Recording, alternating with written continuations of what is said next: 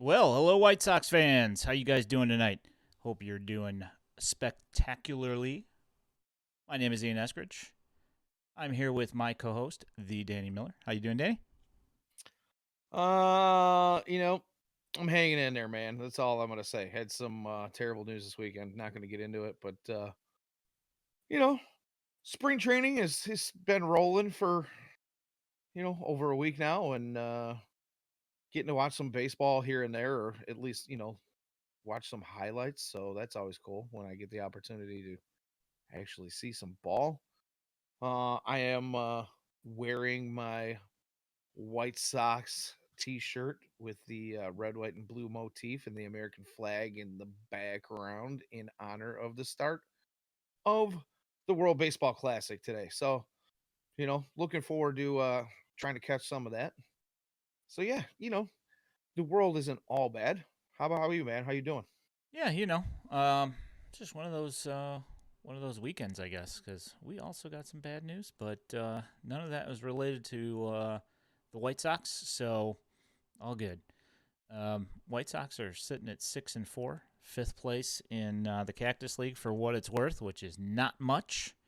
Um, because if you look at the top of those standings, it's the Royals at 10-2. Yeah, right.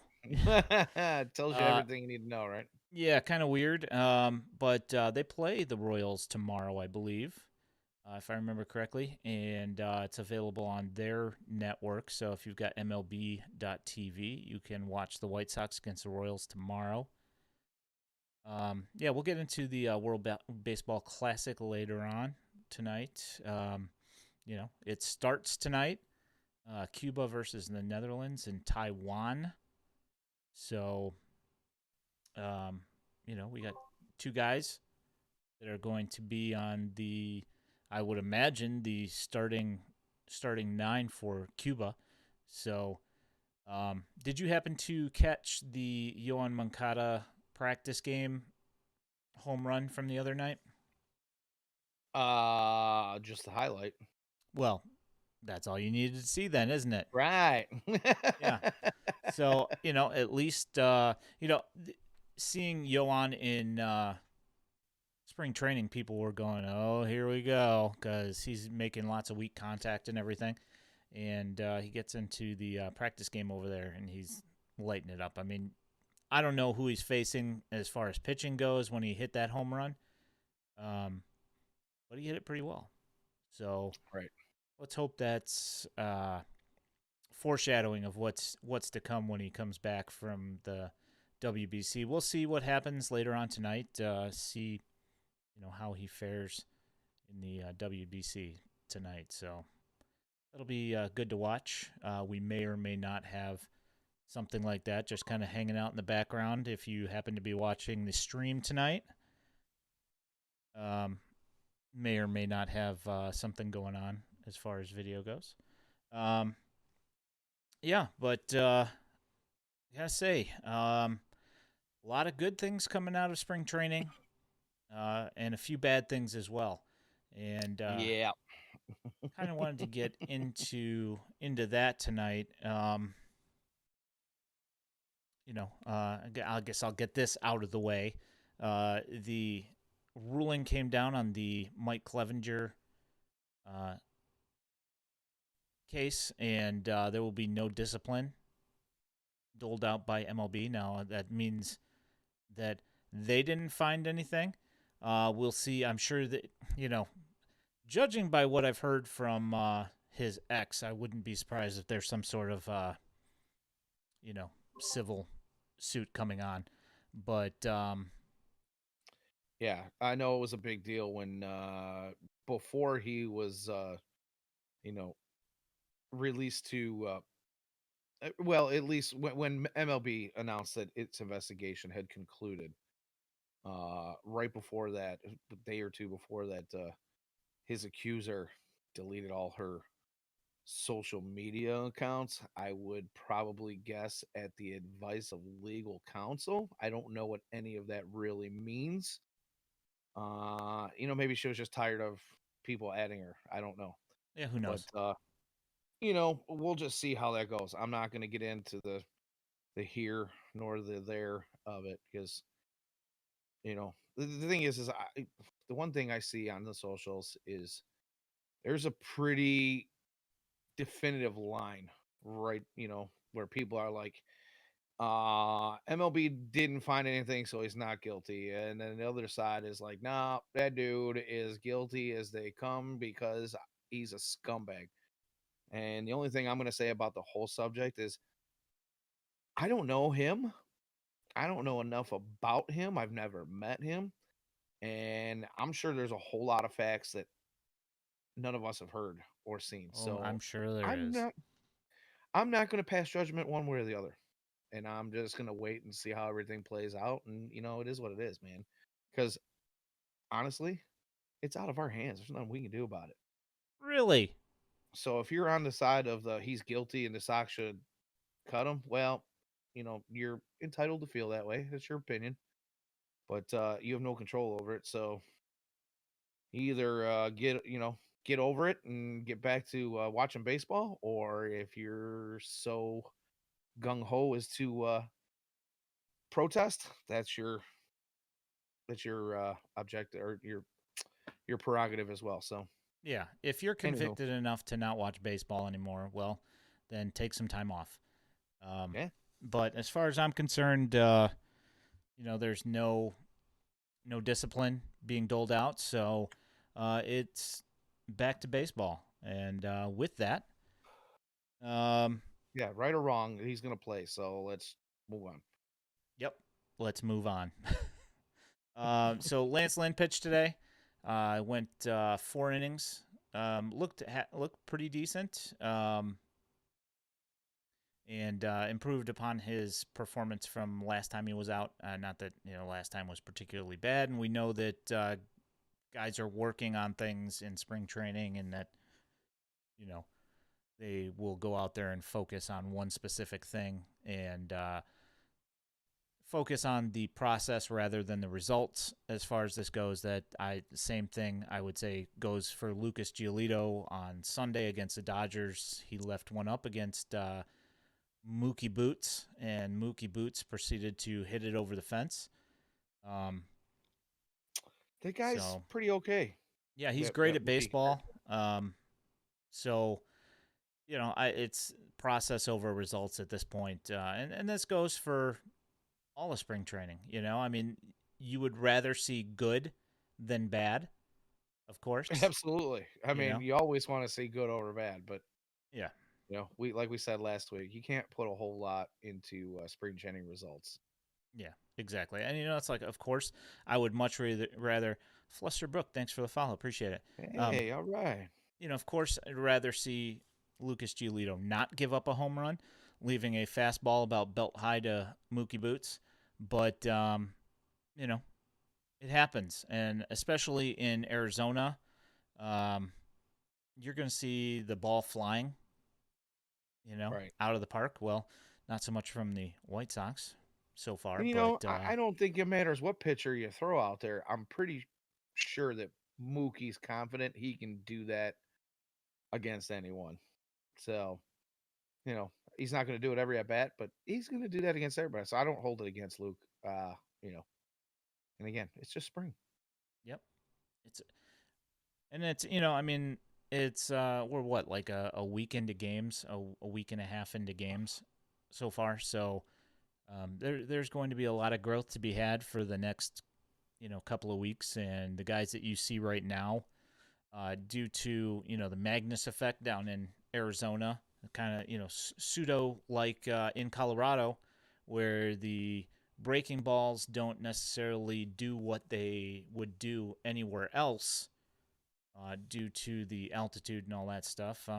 You're going to see a lot more break out of the ball when they come north. And Right. for pitchers especially, when looking at their results, I think that there is something to be held back in that fashion. I mean, the baseball is going to be where the baseball is going to be as far as the hitter goes. Um, Obviously, the ball is going to break a little bit less, but we're just glossing the surface here, here at this point. So I'm not really, Right. you know, worried necessarily about the hitters that aren't doing what they should, what you would think that they should be doing at this point, just because everybody's fresh. So Right. And as Sox fans, we go through this every year. We live in a home stadium climate that is a little bit unforgiving early in the season and can be later in the season as well. So what you're seeing in Arizona might change even more drastically when you get back to Chicago and let's say, they're down there in some really awesome weather, but so also some really dry air. And you get back here and spring in Chicago can be a little wet and heavy and things are going to happen differently and it just is what it is. yeah, pretty much. So I know that you've seen the Oscar Colas at bat, and you can take what you want from the fact that it's spring training and that the results don't matter. But again, process over results. I think it's important to realize that watching what Oscar Colas is doing right now for the Sox down in spring training, that there's a definite maturation going on with his at bats. Now, you know, again, it's spring training, so pitches don't necessarily move as much as you would think that they normally would up north. But I think to see Oscar Colas spitting on pitches that are just outside the black and seeing the ball that well, that I think that there's definitely something to be said for that. I'm going to go ahead and bring up the aforementioned Oscar Colas at bat from earlier today that I chopped up. Yeah. And after watching this, all I'm going to say is, I hope that he doesn't go through what Yoan went through in his rookie season with I, the eye. I don't see it, man. He's got a good eye, but he is way too aggressive, I think, to go through what Yoan went through. Yeah, In Yoan laid off what were, proven to be a lot of balls outside of the zone. But I think you're right. I think Oscar's probably going to put a little bit of wood on some of those that are that close. Yeah, I would say so. Thanks for the follow, Paradoxa. What is it? Paradoxa Calidio. Thank you for the follow. Appreciate it. Yeah, Mm. so I'm gonna go ahead and bring up that. Go ahead Need and to get bring up that spectacles out. Oscar Colas AB from earlier today, and just go ahead and take a look at that, and you'll see what we're talking about. There we go. Yeah, so as you saw with those pitches, first the first pitch was relatively close to the outside corner of the plate. Second one a little less so. Then the first pitch was inside, and he tried to mash it. Up 2-0. Good time to be swinging. Fouls off the fourth pitch. Fifth pitch is way outside, and then the other one drifted inside and low, and he ended up working his first walk, and he did end up having his first strikeout of spring training as well today. But 2 for 3, I'll take it. You know, and that's a far more mature at bat than you would have seen from him last season, especially early on in the season, because anything that he could get his bat to at that point, he was swinging at, and he might roll over that. Oh, hold on a second. Hold on a second. What's going on here? Why do not have that? This is bizarre.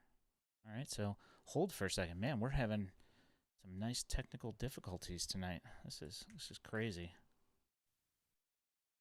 Now I have that. Why do I not have? That's why. That is really weird. It shows that it shows you're muted. Are you muted on your desktop? Uh, Well, there we go. yeah, that wasn't me this time. No, it was all me. See, I wish I would have known what was going on. I hear you talking to me saying, "Hold on." I didn't realize you were saying, "Hold on," because you couldn't hear me. Yeah, that's why. I was But like, "Well, yeah. okay, I'm just gonna sit here and let him do his thing." So continue Oh, on. What were you saying? I don't even remember. One thing I will say though is, again, spring training. It is definitely a maturation for him. We do see. Hey, thank you. Thank you for the follow. Uh, we we see these positives from him, but the one thing that I do notice is he likes that inside pitch, the inside hammer. If he can lay off of that one just a little bit more, I think we're looking at potential stud. Obviously, if he continues doing what he's doing in spring training, he's gonna be a hell of a ball player. He already is pretty well known for what he's able to do with the bat. So, you know, can I go out on a limb and say I see potential Roy out there Well, in I Cuba? mean, you can say that if you want. I mean, that's going out on a pretty dangerous limb at this point, considering that we're 10 games into spring training. But I wouldn't have said Well, that I that would have was said out it of the. before spring training, Yeah, I honestly. wouldn't say that that's out of the realm of possibilities for certain. I wouldn't have said that before spring training, even if he had was like you know in 21 at bats had 3 hits. I still wouldn't think that it was outside the realm of possibilities. But Right. as it goes, he's 9 for 21 with 1 walk and 1 strikeout, and he's only got 1 extra base hit so far, a double, which he smoked to the gap. And thanks to Nick Morawski for the video that he took in, or for I guess maybe it was somebody else's video. Nick posted a picture at least, but um, that guy hammered that ball, and he's hit some balls really really hard, um, foul as well, that have gone really far, that he just turned on a little bit too much. So it's the power's coming. We saw it all last year in the minors, and which at Daily White Sox on Twitter. If you guys are not following us on Twitter, um, you would have seen some of those bombs that he hit last year. The guy's Yeah. powers, it's there. Lots of So lots of minor league highlight reels that you're gonna find on that the old tweet box over there at Daily White Sox. Lots hours of footage. if you scroll back through the timeline, you're through the timeline of the Daily White Sox, you're going to see way more minor league highlights than you ever wanted to. Um, yeah, so right now, Colas is slashing 429, 455, 476 for a 931 OPS. Yeah, that's you know, it's not half bad. Yeah, not bad at all. The thing was, especially with a lot of people's apprehension to think that his game was going to translate very well, and that he was going to really struggle. The fact that you know we watch it, we stuck by him, but some people were kind of thinking that he was going to go through a lot of growing pains, and again, 10 games into spring training, but what you're seeing out of him is that even when he's not getting the pitches that he exactly wants, and that the fact that he's not outright punishing baseballs that have been mistake pitches yet, the fact that he's still 9 for 21 at this point is pretty remarkable. And the bat to ball is there, so he can at least make something happen when there's 2 strikes. Yeah, he looks seasoned, and I don't know if that's because he's maybe a year or two. Well, some people would say age wise, he's a year or two ahead of other prospects of his stature. Let's say his ranking. Uh, you know, But you got to remember that he also did miss pretty much an entire season because of the Two, naturalization two. process. Was it Well, years, yeah, a year and a because half? yeah, I mean, you had COVID, No, that's right. and You're then right. there You're was right. also that. So he didn't play baseball for like 2.5 years. Right. So and then he gets injured at the very beginning of the season last year with a wrist in minor league ball.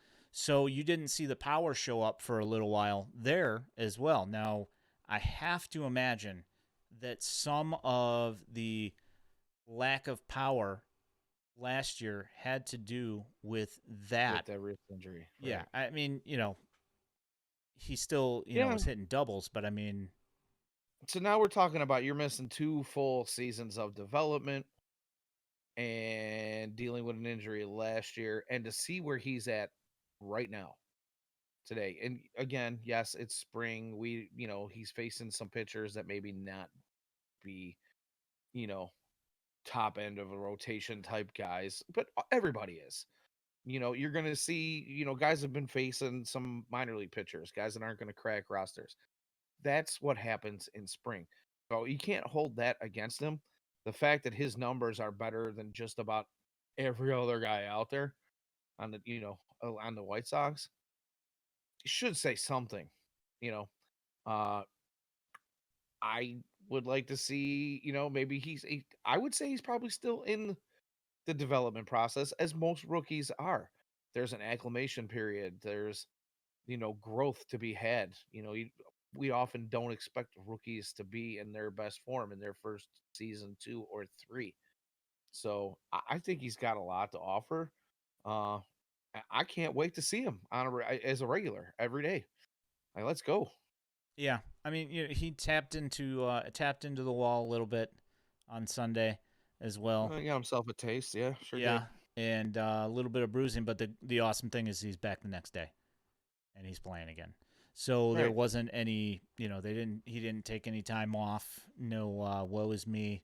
My knee. I got a little bump on my knee. I'm gonna not play. Well, For a and week. my takeaway from that was it's the first right fielder we've seen in a while that would have even gotten to that ball down the right field foul line where he ran into the wall, because it was only about halfway up the line between first base and the right field corner, and he hustled and he got there. And I would say the large majority of the right fielders for the White Sox over the last 3 seasons would not have made it that far.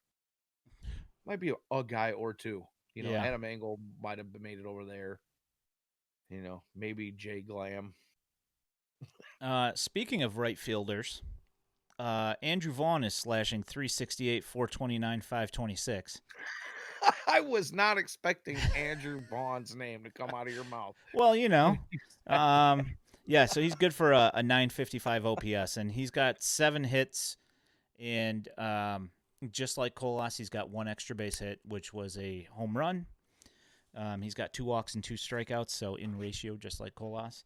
But it's in 19 at bats, so a couple less at bats, but he's also hitting the ball. And, again, we saw the power come out once, but for the most part, he's been hitting it where they ain't, or hitting, low liners for singles. And, it's he's obviously he's going to draw comparisons to the guy that he's replacing.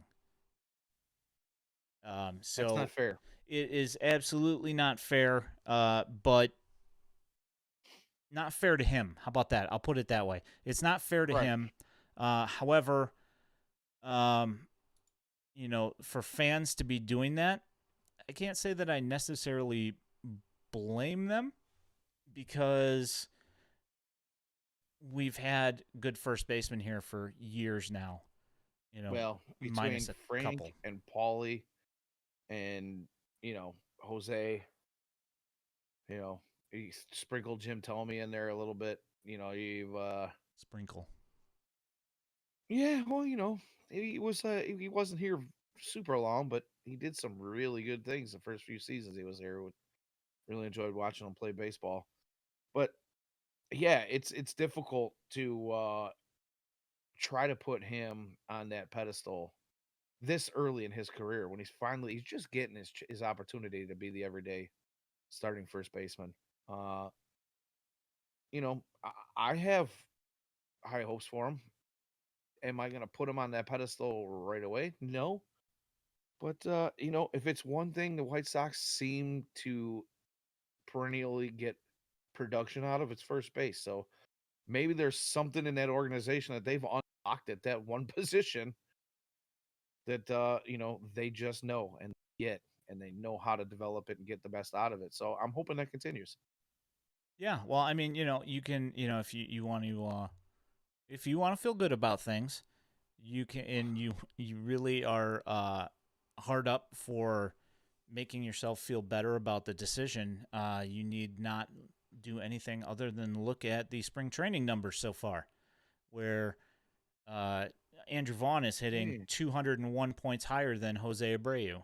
Not that it matters. Dusky Horde, thank you for the follow. yeah, Not that it matters, but Jose Abreu is hitting 167, and I think he's got just as many home runs as Andrew Vaughn does. So, um, at least that'll make you feel a little bit better about the situation. And we could also talk about the comments that Jose Abreu made in an interview earlier, or actually, I guess late last week at this point because it's Tuesday. Um, but he made comments about the White Sox and feeling disrespected and about them not being a family. I have yeah. not talked to you about this, so let me get your take on We on have this. not. um, I'll make this short. Actually, my thought is he's not saying anything the rest of us that weren't already thinking, or at least a large majority of us weren't already About the thinking. team's performance. Yeah, the team's performance was not good. There was, to me, it was obvious. I don't know if it was obvious to everybody else, but you and I have talked about this. It just seemed like there was a disjointed feel amongst the guys in the clubhouse. They didn't look like a family. Jose is just kind of stating things that I pretty much had already drawn assumptions to. So I'll just leave it at that. For him to kind of throw it out there, though, just kind of confirms some of the things that we had talked about and had thoughts of on our own. A lot of people are like, they're the people that were like wishing he would have stayed are now like jumping on him for making these comments. So how can he say that? How can he do that? He's not a leader. Well, here's the thing: we've always known that Jose's way of leading, and we've known this for years. He was 9 years with the club, and he was always the lead by example type of guy. He was never the big clubhouse voice. So, I take that part of it with a grain of salt. But everything else that he said, yeah, it didn't feel like a family, didn't look like a family, and the performance wasn't there. And a lot of those feelings go away when you're winning. You know what I mean? So I can only hope that Pedro Grafal, his new staff, and all the changes that are being made organizationally from top to bottom are going to put them back in a culture of winning. And maybe we don't have to worry about comments like that for a while. Yeah. Well, What are your thoughts on Jose's comments? I'm just going to throw this out there. When was the last time that you heard a free agent that left a team not by their own choice that was happy about it? Right. Never. Right. Especially one that we all thought was going to be a White Sox player forever and even maybe a team ambassador and beyond. You know what I mean? Yeah. Well, Somebody that we always thought he was taking those team friendly deals because Uncle Jer was promising him part of the kingdom after he retired. So I don't know, man. But that's a good point. what's up there, John Rudels? Um, Brutals. I won't so yell. yeah, I'm just gonna throw that out there. Is that they gave the man a lot of money. He played here. They gave him the opportunity to play here, and I'm not saying I'm not going company guy on this, but at some point in time, the team, Bill Belichick was kind of famous for doing this, of letting guys walk before they got bad. It might be a year or two until that happened.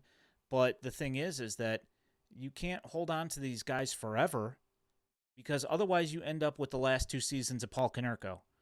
And that's, in the quote unquote contention years that this team's supposed to be trying to go after, keeping a guy that you're afraid that he's going to regress and have issues with health or putting up numbers in general. You can't keep guys like that forever, especially when you spent a first round draft pick on the heir apparent, and you're sending him out to right field or left field, a position that he should not be in. For 100 and something. I don't remember how many games he played in the outfield last year, but it was too many. And his body paid the price, and it slowed down his. Am imagining, now I'm not 100% certain. We'll find out this year. If he slows down again later on in the year, if it's just like his thing and he just wears down, but you have to imagine that took a toll on his body, and not having your legs underneath you and being just physically tired from playing a position that your body is not used It's not to. that to Or mention, it wasn't just last season. He spent a, a lot of time in the outfield the season before.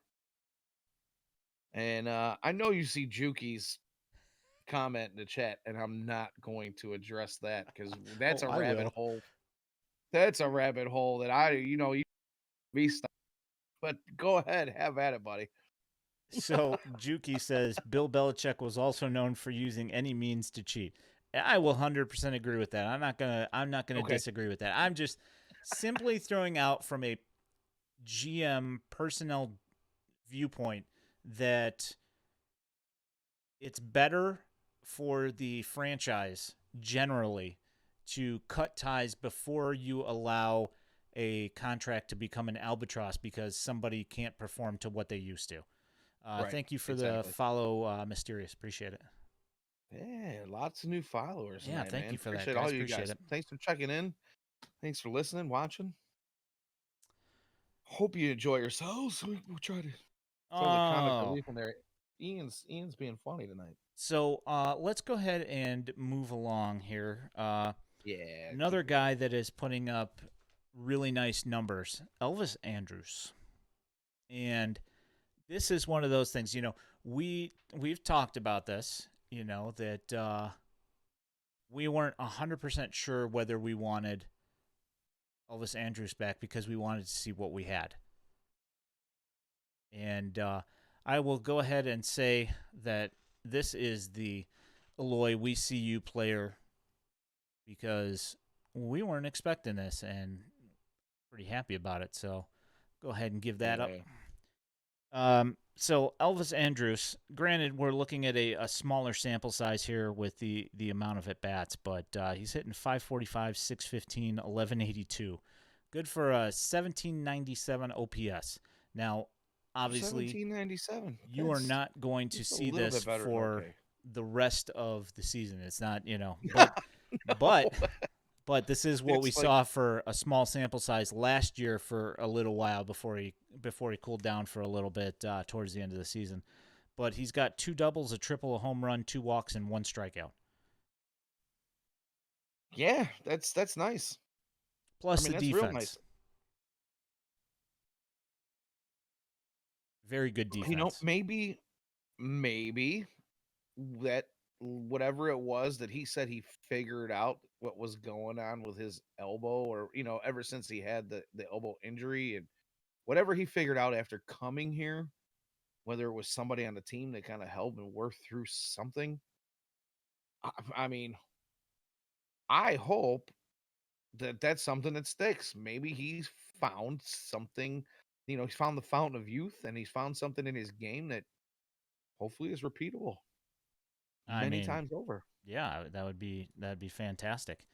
And Um, I would be happy to say, and that I got egg on my face, because I don't mind having him on the team, but I always thought, or I shouldn't say always, but since the offseason started, I thought I'd kind of rather see Lenine or Romy, even though we've seen a little bit of both of them. I wanted to see, more than just a small sample size and see what we got. But the way Elvis is performing right now, if that continues, geez, we're going to have a very talented second baseman.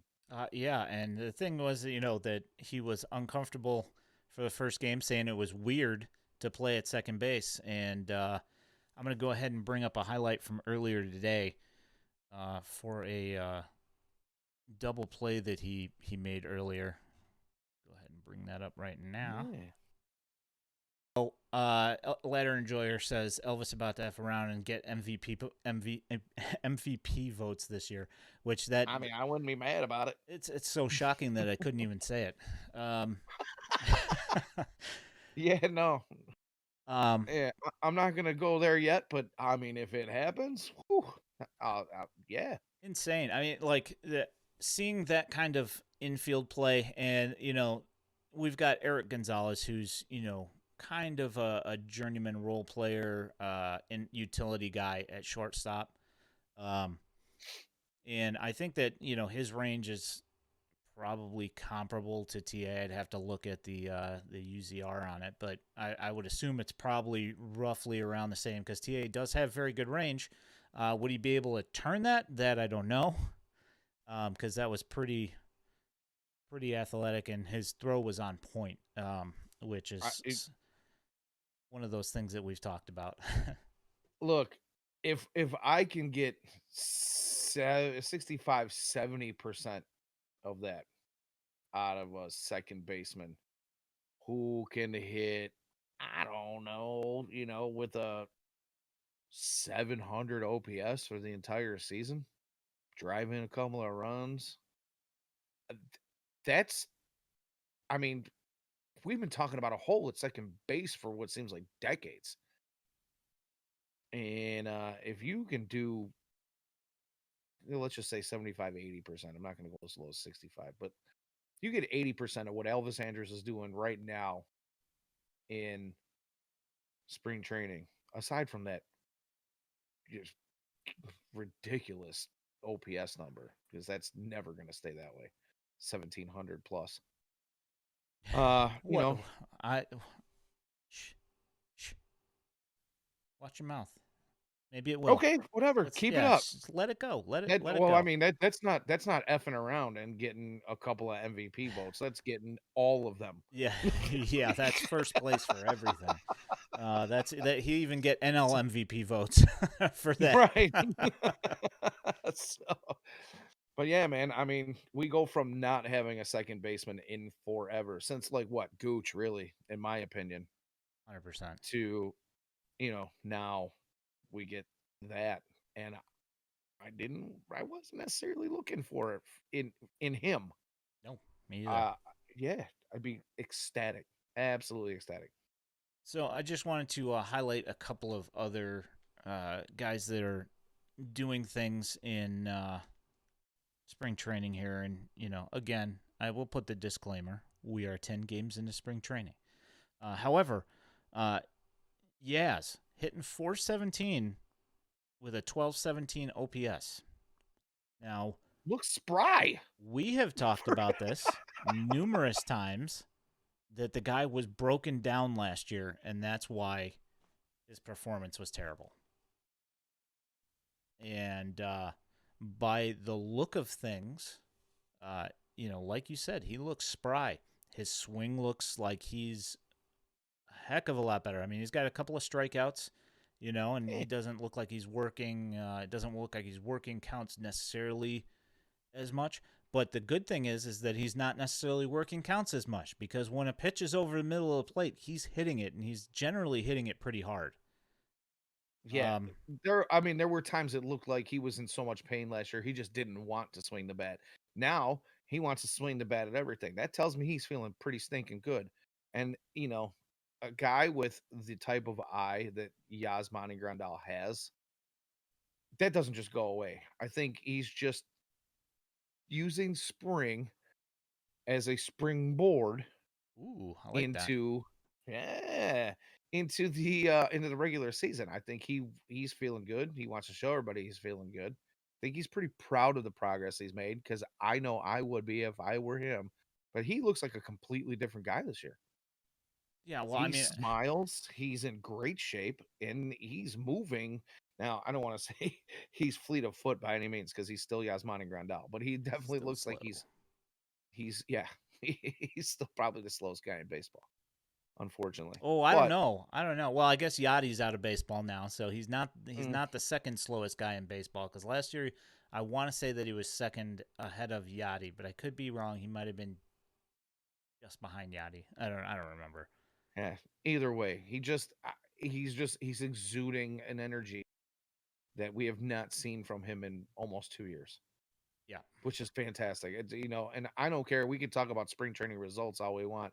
This is different. This is where the eye test for me comes in, where we throw the stats out the window and we actually look at the player and we see what he's doing. This is that time, and I'm looking at the player, and he's a different person. 100%. Thanks for the follow, Revolting. Appreciate it. Yes, Um, thank you. yeah. So another guy that is also doing things, and this one for me was very unexpected, just due to his age. Now he's moved into the top 100 in prospect lists on a couple of the big boppers as far as that goes. But Brian Ramos, he's also just like Yaz, hitting 417. His OPS a little bit lower is 879, but Oh, you know he sucks. Cut him. he's he his fielding still looks like it needs polishing for sure. He was involved in those two really ugly infield pop flies early in spring training, Yeah, with but old yeah, Jake the but Rake. he's the thing about him is that he is so young, and despite whether he is going up against guys in the seventh, eighth, ninth inning, where it's guys who are just roster filler for spring training because they need to get guys innings, or whether it's him starting because they're putting out, pseudo, like kind of, just 100% filler like they did the other day. He's still getting hits, and he does not look like he is overmatched Overmatched. to a point. See, great minds, man. Yeah, it's not overmatched too badly. There have definitely been some at bats where he looked bad.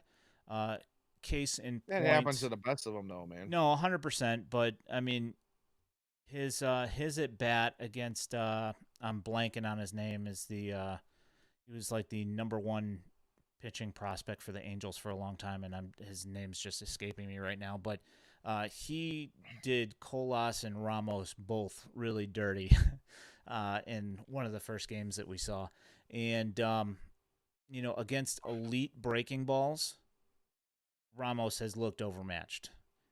But just due to the fact that the guys more or less got 100 ABs in Double A, for him to be coming out in this spring training and still going out there and putting competitive at bats together, hitting 417, that says that he is a true prospect, and that people are not just looking at him because he's better than other prospects on the White Sox system. He's actually out there and competing and putting together some decent at bats and some gritty at bats as well. Driving in some runs in key spots. He had the game-winning infield single against the Texas Rangers. I mean, granted, didn't hit it, super hard. It's mostly choppy, but the fact that he's still getting these things done and he's looks like he's working hard. It's really nice to see out of a guy that we are hoping has that prospect profile and can keep on climbing. Absolutely, absolutely. And it just to kind of piggyback off what you're saying there. I got a little uh tired of hearing last season, well, the White Sox farm system is garbage. It's trash because it's ranked you know, 28, 29, 30, wherever, whoever, whatever source you were looking at, it was in the bottom three most of the season last year, if not all of the season last year. And I got so sick and tired of hearing that because you and I, what we do here, we know better. We know that that's not going to stay that way because there are guys in the organization that are going to climb those ranks and bring that ranking overall as a farm system back up again a little bit. Uh, but it's nice to see that, like you said, a guy that has that, that potential that we hope can be, something of an everyday, MLB starter at the big league club. That's awesome to see. It really is. It's great to see, and I think it'll probably kind of, back the dogs off a little bit on those people that are whining about the farm system. Yeah, I mean, there's still the fact that that the farm system is like it was when we had Yohan Moncada and Kopech and Dylan Cease and Luis Robert, down there in Eloy. Like it's still like that where it's top heavy. But I have to say that over the last few years, that the floor has been raised. Absolutely. And one of the issues that I always have with these prospect rankings from these people is they watch 5 or 6 games and then look at box scores for the most part, and they also fall in love with 17 or 18-year-old guys from the Dominican or Panama or Venezuela that nobody's seen yet in the DSL against subpar competition, and guys who are going to end up being traded 2 or 3 times because they're hooked up in these huge deals for superstars because teams like the Padres have a wealth of these guys that are really young, that Right. guys fall in love with the tools. And the thing is, can they play baseball? Who knows? So I put some stock into these rankings, but I don't completely swallow them as being the be all end all of the worth of a system. And that's Right. where I'll just go ahead and leave that one there. I'm not going to talk about anybody in particular, but like I look at some of these lists and I'm just like, have you guys even watched these guys? Because sometimes the 1 and 1 doesn't add up, So No, and there are guys on those where I go, just in house, let's just say on the White Sox list of top 30 prospects within the system, I think there are some mistakes just there. I almost said irregardless. Just slap me. irregardless, not a word. Yeah. Yeah, thank you. Exactly. Uh no, regardless of, what the top 100 or top 150 are across all MLB, I feel like there's a few guys in the White Sox farm system that are ranked out of order. And again, Sure. like you said, I'll just kind of leave it at that. So my last, I'm mostly just doing hitters because we haven't seen enough of these pitchers to know what's going on. So if you guys are wondering why I'm not talking about pitchers, this is why. We've seen some good things out of some of the guys and seen some promising things out of a couple of them, but Yeah, it generally takes pitchers a little bit longer than hitters to come along in spring anyway. yeah, after seeing like 1 inning out of a guy or seeing like 4 innings out of a guy, I'm not gonna Yeah, you get can't too pass any judgment on that. yeah, I'm not gonna get too crazy about it. But Hanser Alberto. Now, if you happen to listen to the NBC Sports Chicago podcast, there was a Chuck expose Chuck. on Hanser Alberto, and he had Pedro Grifol on there, and he had um, Salvador Perez from the Royals, ex-teammate, on there, talking about what an amazing teammate. He had the the GM of the Dodgers on there talking about what an amazing teammate Hanser Alberto is. And this is, one of those things that some people say that, when you start hearing guys getting pumped up on that podcast, that's a somewhat of a precursor to what you're going to see with the big league club. And regardless of whether or not the numbers match up with what Chuck is pumping on those podcasts, but Hanser Alberto is hitting 471, 500, 765 for a 1265 OPS. He's got 3 doubles, a triple, a walk, and a strikeout. And he plays good defense. And apparently, from what everybody says, is that this guy is the best teammate any of them have ever had. Can't be mad about that. No. And that's probably,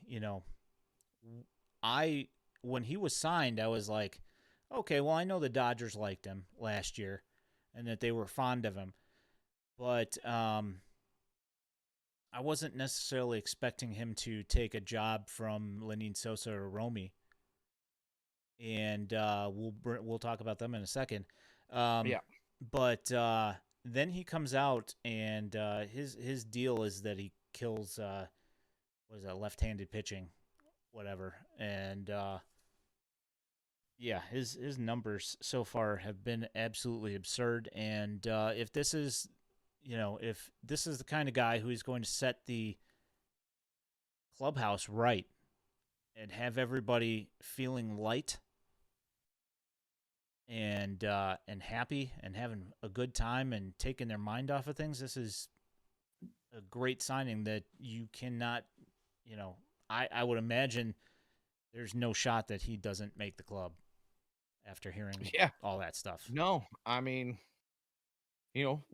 we've talked about it a little bit earlier in this show. We've been talking about since, a year and a half ago, at least, where there was just this feeling of a disjointed clubhouse and a dysfunctional team as a whole.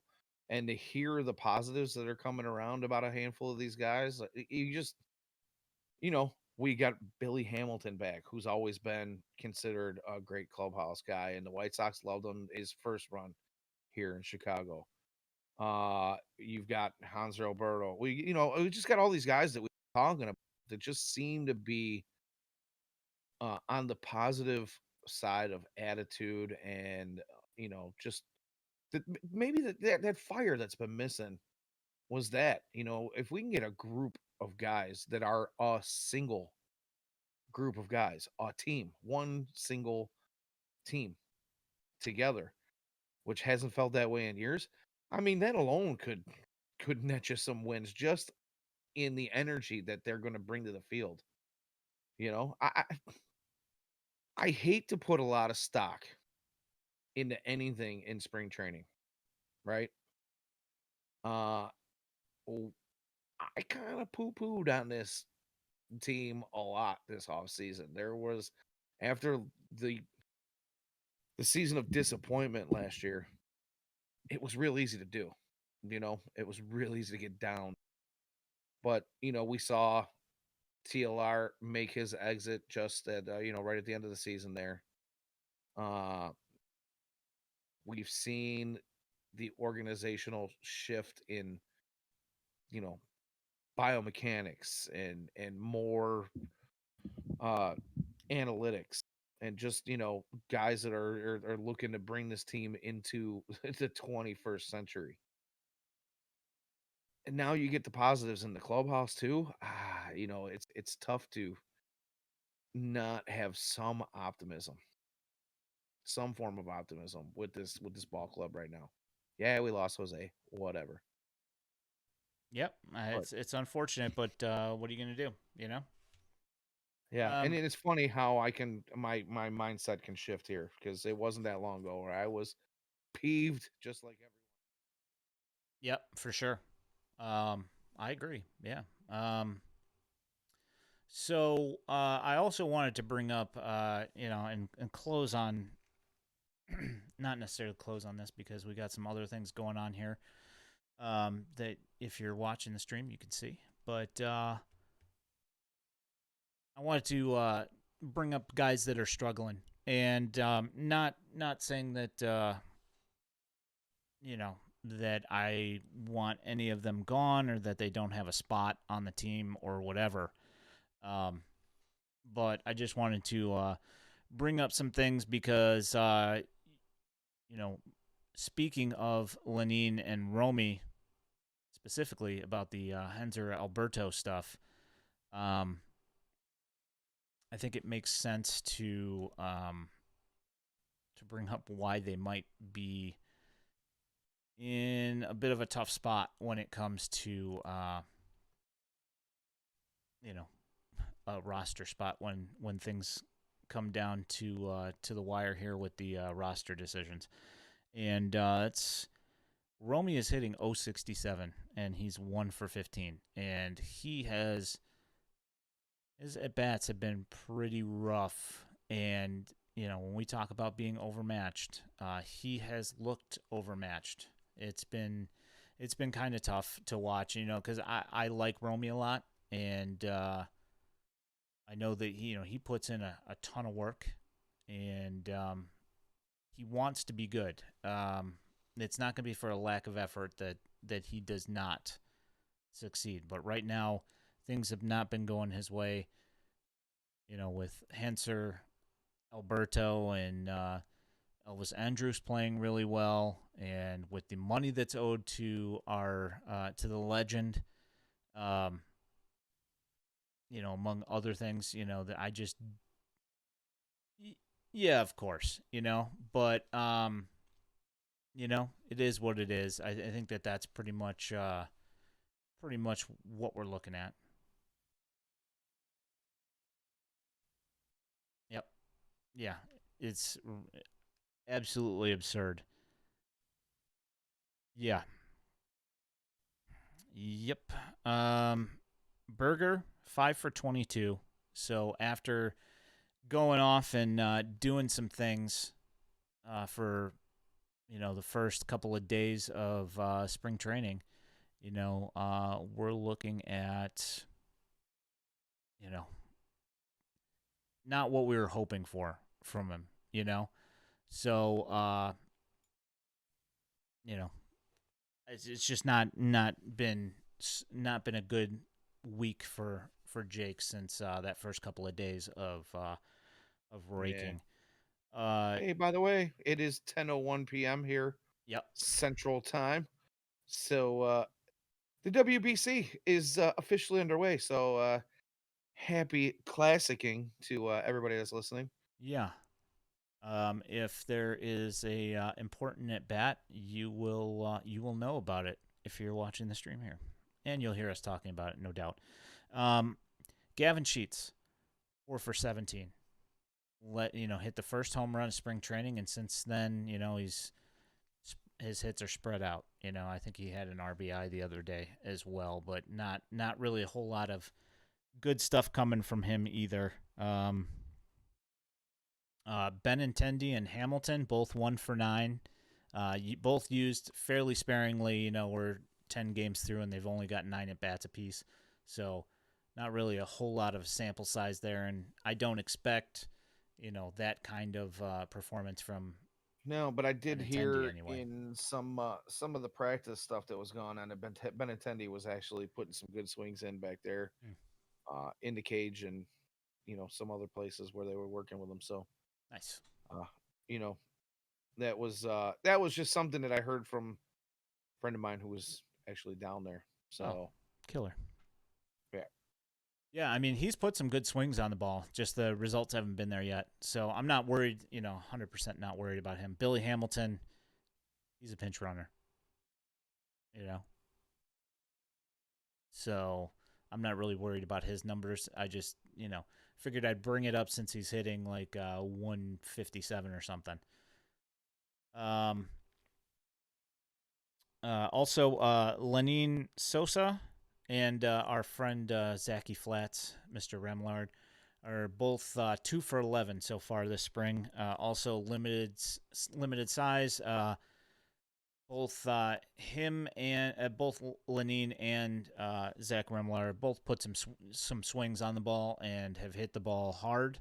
It just has not, hasn't dropped for him. Um, I think Remillard's been used as a pinch runner. He was used as one today. Did some nice stuff there, going at first to third on a play, and he's been doing okay. And I'm not going to be looking for him to get released or anything. He's just going to be probably end up being the AAA guy that's going to be the guy if somebody gets injured up here. If Romo's Yeah, not the guy coming up, then it's going to be think him. of him as like the taxi squad guy. That's not really the taxi squad anymore since the COVID season is behind us. But I think he is a little bit more advanced in age than some of the other guys in the system. And given that he has had some, limited success in his time to come up, he's shown some spark here and there when he has made his way to the major league club for some short stints. I think it just kind of fits, the role suits him at this particular stage. Yeah. No, yeah, what's going to happen with him is, like we said, he's going to end up being one of those guys who's, fills that Danny Mendick role.